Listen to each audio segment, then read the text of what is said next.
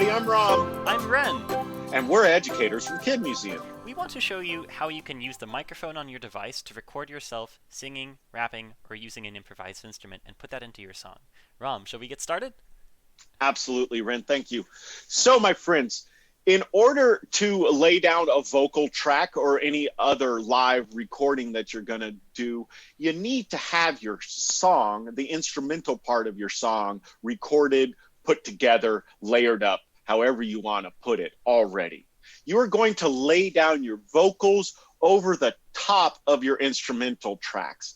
That way, your vocals will be at the right tempo, in the right rhythm, and all of those great things that you would have to approximate if you were singing along to dead air. Ren, you want to show them how to do that? For sure.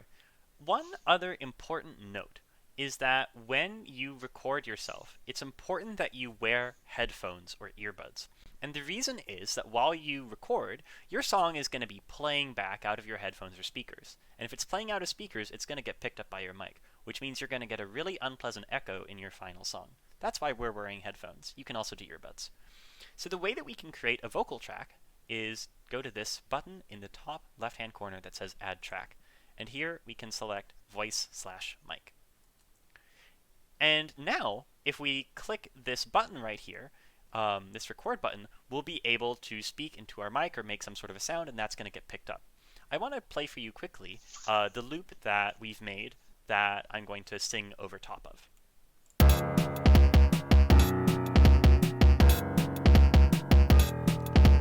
What's really convenient about BandLab is when you click the recording button, it's going to count you in, which helps you figure out what the tempo is before the recording starts.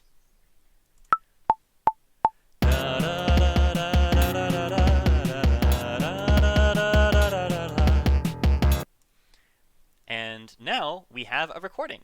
And you can see the waveform right here of the recording that we just made.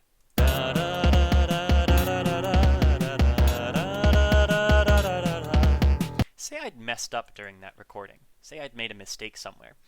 That's okay. You don't have to throw the whole recording away.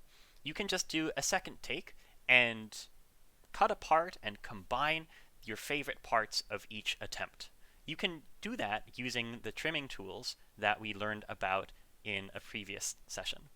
So, there's one other thing that I want to make sure that you know about. You want to be aware of overwriting previous recordings that you've made. Say I made this recording, like we just did, and say I moved it a little bit later in my song. And say later, I decided, I'd like to record some more sound over at the beginning of my song. So I start my recording, and everything is hunky-dory for a little bit. But then, my new recording starts to overwrite the previous one, removing it from the project, and that's a problem. If this happens by accident, don't panic. You can go up to this undo button in the top left-hand corner and click that to get your project back. But one really easy way that you can avoid this is with careful planning.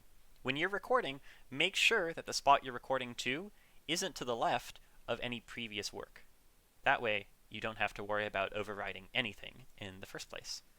With that, that's all we've got for today.